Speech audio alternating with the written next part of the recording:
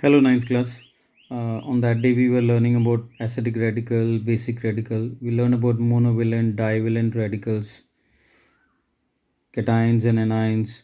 Today, we will be learning first what is chemical formula, and second, how these chemical formulas are written.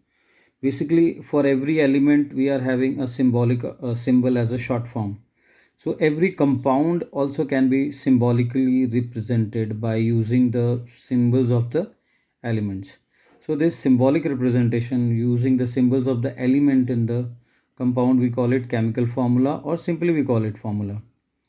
Now, the chemical formula of compound provide what type of information, or what is the significance generally of that elements? It is showing us the different elements which are present in that compound.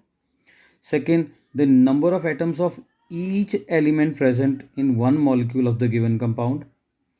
It also shows the ratio of the mass by which when one atom is combining with another atom, or a radical is combining with another atom. So for that, let us see one example. We are having water. So we have seen that water is having a formula H2O, and it is this is the symbol of water form molecule. Now what does it signifies? It means that there are two hydrogen atoms and oxygen atom.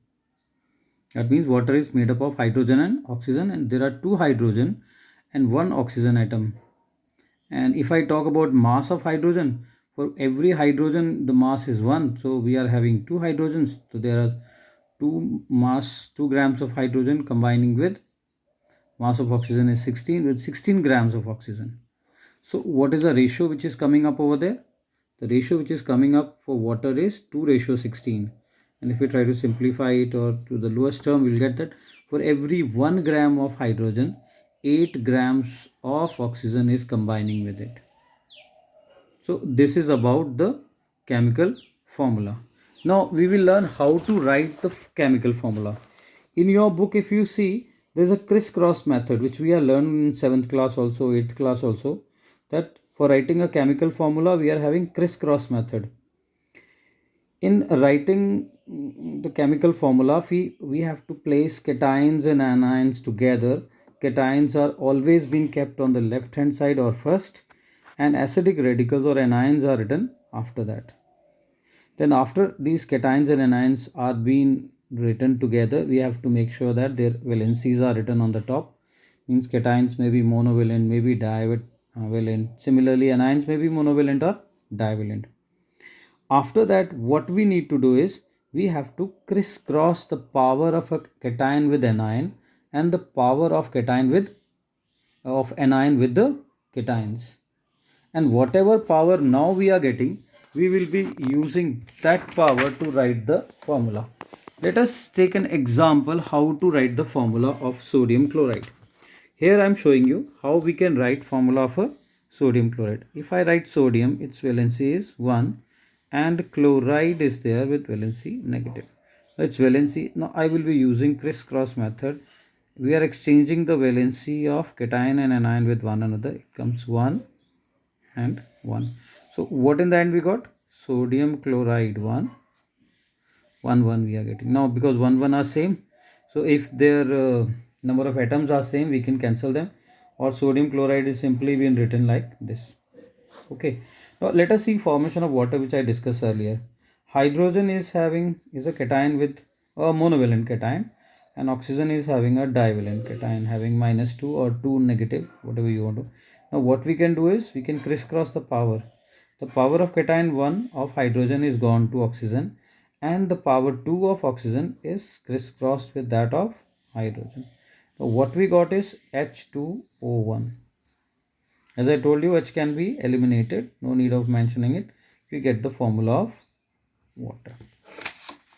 Now similarly, we can write formula for all the elements, which are all the compounds which are being given here. In your book, one simple method is in this table, it has been shown that various elements are there, and what you need to learn is learn all these compounds and how they are being formed from your cations or anions. Then in your book you are having a lot of list which you need to learn. There are a lot of elements and how they are being formed by crisscross method. So we need to learn all these things.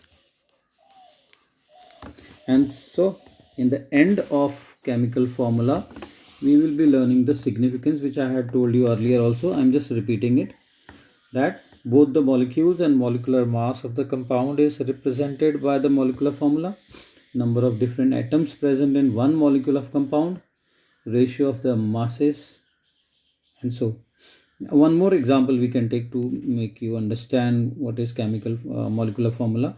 For example, we are taking example of carbon dioxide. Molecular formula of carbon dioxide is CO2. It means that there is one carbon and two oxygen atoms. Okay, and now we are coming the molecular mass. If I say the carbon is having molecular mass, how much? 12, and that of oxygen is 16. If I take from there one carbon 12 grams, one oxygen is 16, so two oxygen is 32. So total molecular mass of carbon dioxide will be 44. So these are the information which we are generally going to get from molecular formula.